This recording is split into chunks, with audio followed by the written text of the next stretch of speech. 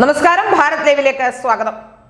നടിയെ ആക്രമിച്ച കേസുമായി ബന്ധപ്പെട്ട് വിധി വന്നെങ്കിലും വിവാദങ്ങൾ അടങ്ങുന്നില്ല. ദിവസവും പുതിയ വിവാദങ്ങളാണ് ഉണ്ടായിക്കൊണ്ടിരിക്കുന്നത്. ഈ കേസിന്റെ തന്നെ പ്രത്യേകത ഇങ്ങനെ വിവാദങ്ങളായിരുന്നു. മറ്റൊരു കേസിലും ഇല്ലാത്ത തരത്തിൽ പ്രോസിക്യൂഷനും അന്വേഷണ സംഘവും മാധ്യമങ്ങളും എല്ലാം താല്പര്യം കാട്ടിയ ഒരു കേസ് കൂടിയാണ് ഈ കേസ്. 9 വർഷങ്ങൾക്കിപ്പുറവും യാതൊരു തെളിവുകളുടെയും പിൻബലത്തിലല്ല ഈ കേസ് നടന്നതെന്ന് വ്യക്തമാകുമ്പോൾ പലരും പറയുന്നത് ദിലീപ് തെളിവ് നശിപ്പിച്ചു എന്നാണ്. എങ്ങനെയാണ് ദിലീപ് ഇതിൽ തെളിവ് നശിപ്പിച്ചു എന്ന് സാധാരണക്കാരൻ ബോധ്യമാവുക? ഈ വാർത്ത ആദ്യം മുതൽ തന്നെ ഈ നടിയെ ആക്രമിച്ച കേസുമായി ബന്ധപ്പെട്ട് അന്നു മുതൽ ഇന്ന് വരെ മാധ്യമങ്ങൾ ഈ വാർത്തയ്ക്കൊപ്പമുണ്ട്. മറ്റൊരു അതിജീവിതയ്ക്കും കിട്ടാത്ത പ്രാധാന്യം ഈ അതിജീവിതയ്ക്ക് കിട്ടിയിട്ടുണ്ട്. ആദ്യം മുതൽ തന്നെ ഈ കേസിന്റെ ഓരോ വഴികളിലും മാധ്യമപ്രവർത്തകരുടെ ക്രൗര്യം നമുക്ക് ബോധ്യമായതാണ്. എന്തായിരുന്നു കാരണം എന്നുള്ളത് പിന്നീട് നമുക്ക് സംസാരിക്കാം.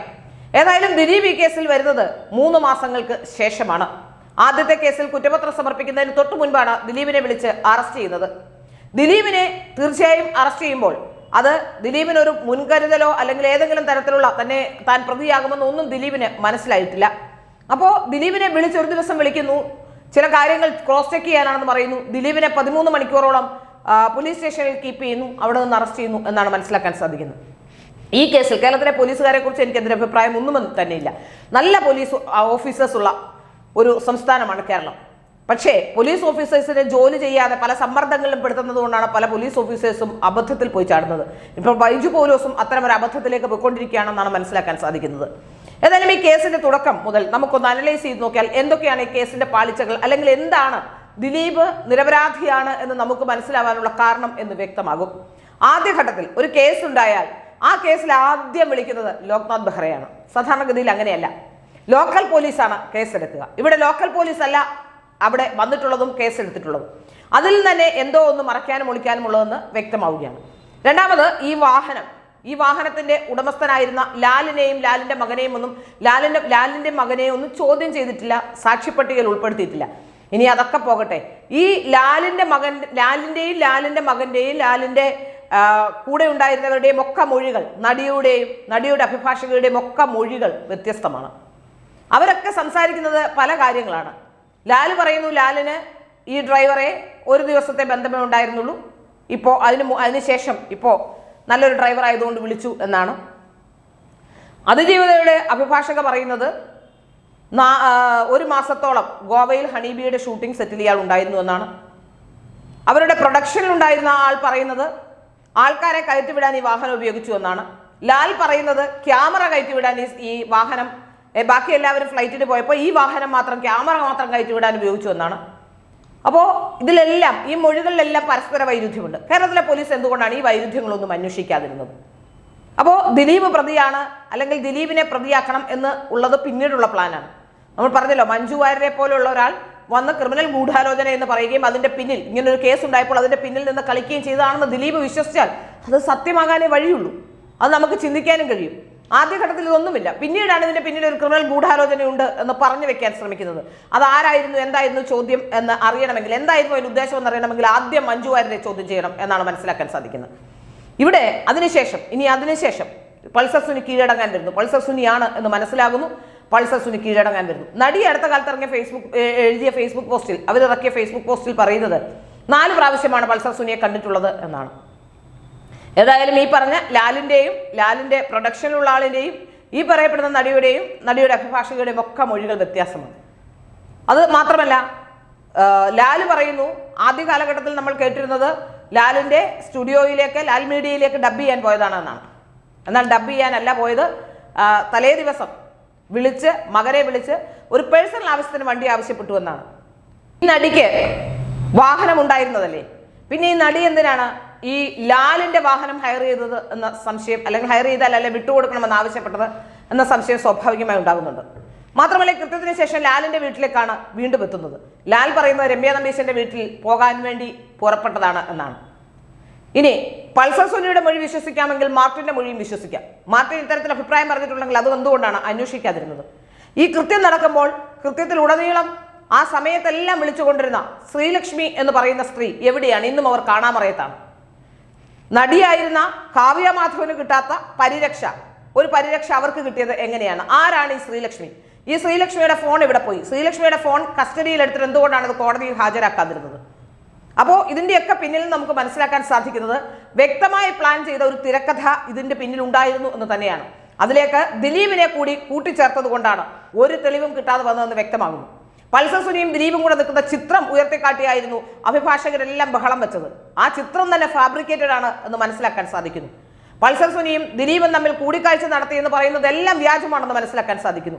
ഇവിടെ എവിടെയാണ് ദിലീപിനെ പ്രതിയാക്കാൻ അല്ലെങ്കിൽ ദിലീപിനെ ക്രൂശിക്കാനുള്ള തെളിവുകൾ കിട്ടുക?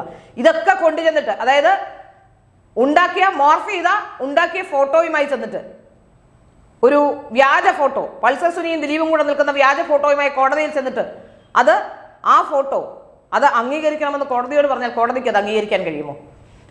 ഒരു കാര്യത്തിലും ഒരു കൃത്യതയില്ലാത്ത ചില വാദങ്ങൾ ഉന്നയിച്ചുകൊണ്ട് പൾസർ സുനിയും ദിലീപും കൂടി ഒരു ഹോട്ടലിൽ താമസിച്ചു എന്ന് പറഞ്ഞാൽ ഒരിക്കലും നടക്കുന്ന കാര്യമല്ല.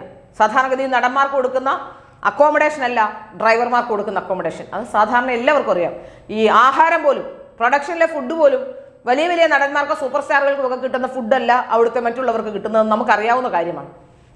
ഇതൊക്കെ നിലനിൽക്കുമ്പോഴാണ് ഇത്തരത്തിലുള്ള വാദങ്ങൾ ഉന്നയിച്ചുകൊണ്ട് ഒരു നീതിന്യായ വ്യവസ്ഥയെ വലിയ രീതിയിൽ പ്രതിരോധത്തിലാക്കാൻ ശ്രമിക്കുന്നത്.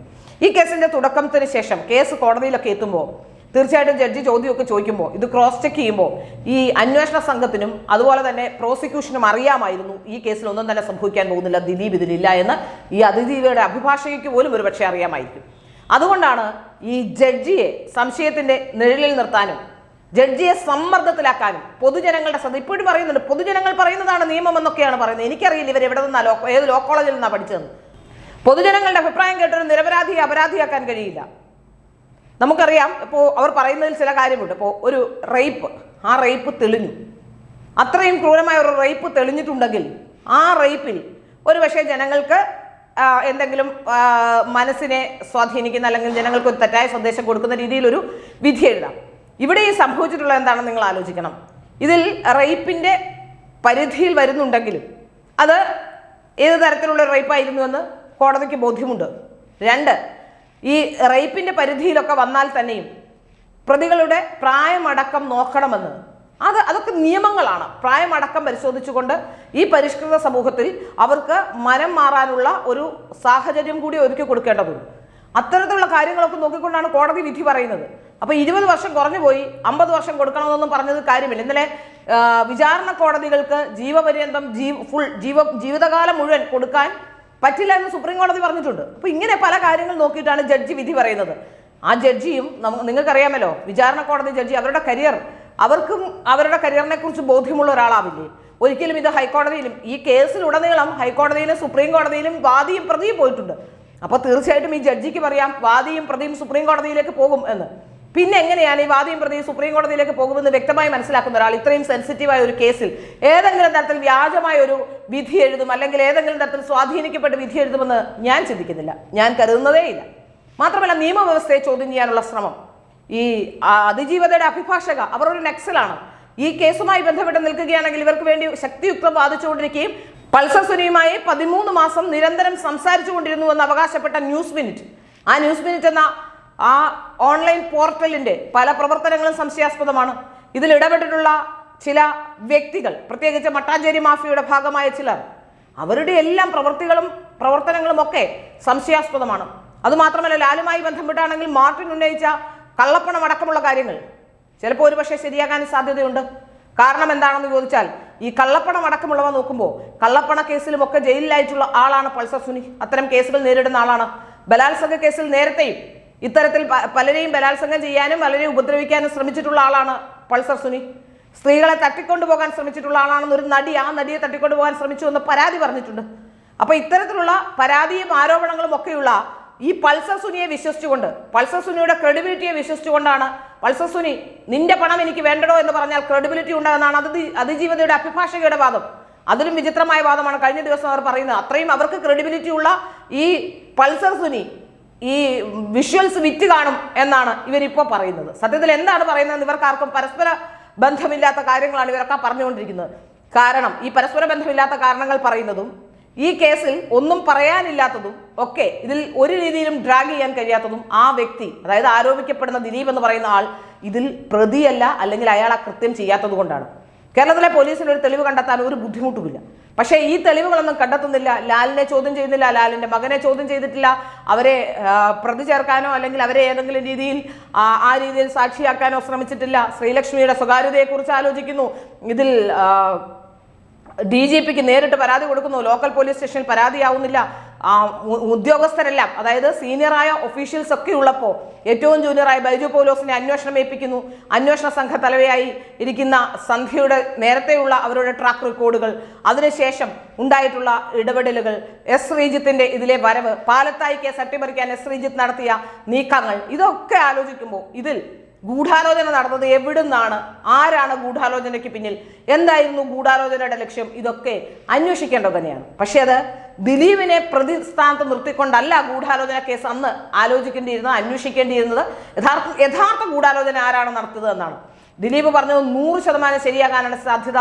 യഥാർത്ഥ ഗൂഢാലോചന നടന്നത് ദിലീപിനെ കുരുക്കാനാണെന്ന് പറയുമ്പോൾ വളരെ കൃത്യവും വ്യക്തവുമായി കാര്യങ്ങൾ നമുക്ക് ബോധ്യമാകുന്നുണ്ട്.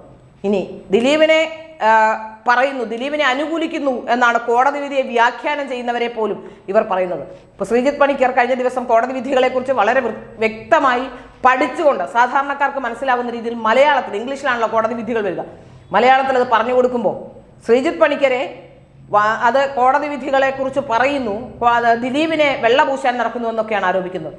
ദിലീപിനെ വെള്ളപൂശാൻ ഞങ്ങൾ ആരും ശ്രമിച്ചിട്ടില്ല. ഈ കേസും ഒരു കേസ് നടക്കുമ്പോൾ ഇത്രയും സെൻസിറ്റീവായ ഒരു കേസായിരുന്നു. ആ കേസിൽ ഓരോരുത്തരുടെ ഇടപെടൽ, ചാനലുകാരുടെ ഇടപെടൽ, ചാനലുകാരുടെ ക്രൗര്യം, അവരുടെ ദേഷ്യം, ഇന്നലെ അഭിഭാഷകരുടെ ദിലീപിനെ കാണുമ്പോഴുള്ള വൈരാഗ്യം, ഇതൊക്കെ കാണുമ്പോൾ നമുക്ക് മനസ്സിലാക്കാൻ സാധിക്കും എന്താണ് ഇവിടെ സംഭവിച്ചുകൊണ്ടിരിക്കുന്നതെന്ന്. അതിൽ നിന്നൊക്കെ എന്തുകൊണ്ടാണ് എന്ന് പഠിക്കാൻ ബാക്കിയുള്ളവർ ശ്രമിച്ചിട്ടുണ്ടാകാം. ഇപ്പോൾ ചിലർ പറയുന്നു സംഘികളാണ് ഇപ്പോൾ ദിലീപിനെ അനുകൂലിക്കുന്നതെന്ന്. ഇതിൽ സംഘിയോ രാഷ്ട്രീയമോ ഒന്നുമില്ല. ദിലീപ് യഥാർത്ഥത്തിൽ ഞാൻ മനസ്സിലാക്കുന്ന ഒരു കോൺഗ്രസ്സുകാരനാണ് എന്നാണ്. പക്ഷേ ഏത് രാഷ്ട്രീയക്കാരനാണെങ്കിലും നിയമത്തിന്റെ മുന്നിലെത്തുമ്പോൾ തികച്ചും അയാൾ നിരപരാധിയാണ് എന്ന തോന്നൽ നമുക്കുണ്ടാവുമ്പോൾ അയാൾക്ക് വേണ്ടി സംസാരിക്കുക എന്നുള്ളത്, ഒരു നിരപരാധിക്ക് വേണ്ടി സംസാരിക്കുക എന്നുള്ള കർമ്മമാണ് ഞങ്ങൾ ചെയ്യുന്നത്. അയാൾ നിരപരാധിയാണെന്ന് 100% ഞാൻ വിശ്വസിക്കുന്നു. കാരണം അല്ലെങ്കിൽ ഈ കേസിൽ എവിടെയെങ്കിലും അതിന് കൃത്യമായ തെളിവുകൾ, ഇയാൾ അപരാധിയാണെന്ന് കാണിക്കുന്ന തെളിവുകൾ ലഭിച്ചാൽ മാത്രമേ ഞങ്ങൾ ഇയാൾ നിരപരാധിയല്ല എന്ന് വിശ്വസിക്കൂ. നിലവിലെ കേസ് വെച്ച് നോക്കുകയാണെങ്കിൽ അന്നു മുതൽ ഇന്ന് വരെ കഴിഞ്ഞ 9 വർഷവും ഈ കേസിനൊപ്പം സഞ്ചരിച്ച ആൾക്കാരെന്ന രീതിയിൽ ഈ കേസിന്റെ ഓരോ സമയത്തും നടന്നിട്ടുള്ള കള്ളത്തരങ്ങൾ ഓരോന്നായി അറിയുന്ന ആൾക്കാരെന്ന രീതിയിൽ തീർച്ചയായും ഞങ്ങൾക്ക് മനസ്സിലാക്കാൻ സാധിക്കുന്ന ദിലീപ് ഈ കേസിൽ നിരപരാധിയാണ്. ഗൂഢാലോചനാ കേന്ദ്രങ്ങൾ വേറെയുണ്ട്. കൃത്യമായ അന്വേഷണം, ആരാണ് ഗൂഢാലോചന നടത്തിയെന്ന് അന്വേഷിക്കണം. ഇനി അഥവാ എല്ലാ റേപ്പും ഗൂഢാലോചനയാകണമെന്നില്ല. എല്ലാവരും ചോദിക്കുന്നുണ്ട് റേപ്പ് ചെയ്യപ്പെട്ടു, ഇതിൽ ഗൂഢാലോചന എവിടെ? ലോകത്തുള്ള എല്ലാ റേപ്പും ഗൂഢാലോചനയാണോ? തീർച്ചയായിട്ടുമല്ല. ഗൂഢാലോചന ഇല്ലാതും ഒരുപക്ഷെ ഈ കേസിൽ ഒരു പൾസർ സുനിക്ക് ഇതിൽ മുൻ പരിചയമുള്ളത്, അല്ലെങ്കിൽ പൾസർ സുനി ഇതിൽ നേരത്തെ പ്രഗത്ഭനായി ഈ തരത്തിൽ സ്ത്രീകളെ ഉപയോഗിച്ചുകൊണ്ടിരുന്ന ഒരാളാണ്. അയാളെ സംബന്ധിച്ചിടത്തോളം അതിൽ ഒരു മോട്ടീവ് പോലും വേണമെന്ന് ഒരു ഇതുണ്ടാവില്ല. അയാൾക്ക് അയാളുടേതായ മോട്ടീവ് മാത്രം ഉണ്ടെങ്കിലും ഒരു റേപ്പ് നടക്കാം. അപ്പോൾ തീർച്ചയായിട്ടും. പക്ഷേ ഇവിടെ ഈ കേസിൽ ഒരു ഗൂഢാലോചന നടന്നിട്ടുള്ളത് ദിലീപിനെ ഈ കേസിൽ പെടുത്താനാണെന്ന് ദിലീപ് പറയുന്ന വാദം ഏതാണ്ട് ചിന്തിക്കുമ്പോൾ 100% ശരിയാണ്. ചിന്തിക്കുകയും ഒരു പക്ഷം മാത്രം ചേർന്ന് നിന്ന് വർത്താനം പറയുകയും സംസാരിക്കുകയും ഈ വിഷയത്തിൽ അഭിപ്രായം പറയുകയും ചെയ്യാത്തത് കൊണ്ടാണ് ഞങ്ങൾ കോടതി വിധി പഠിച്ചുകൊണ്ട്, കോടതികളെ മാനിച്ചുകൊണ്ട്, നിയമവ്യവസ്ഥയെ മാനിച്ചുകൊണ്ട് ഈ വിഷയത്തിൽ അഭിപ്രായം പറയുന്നത്.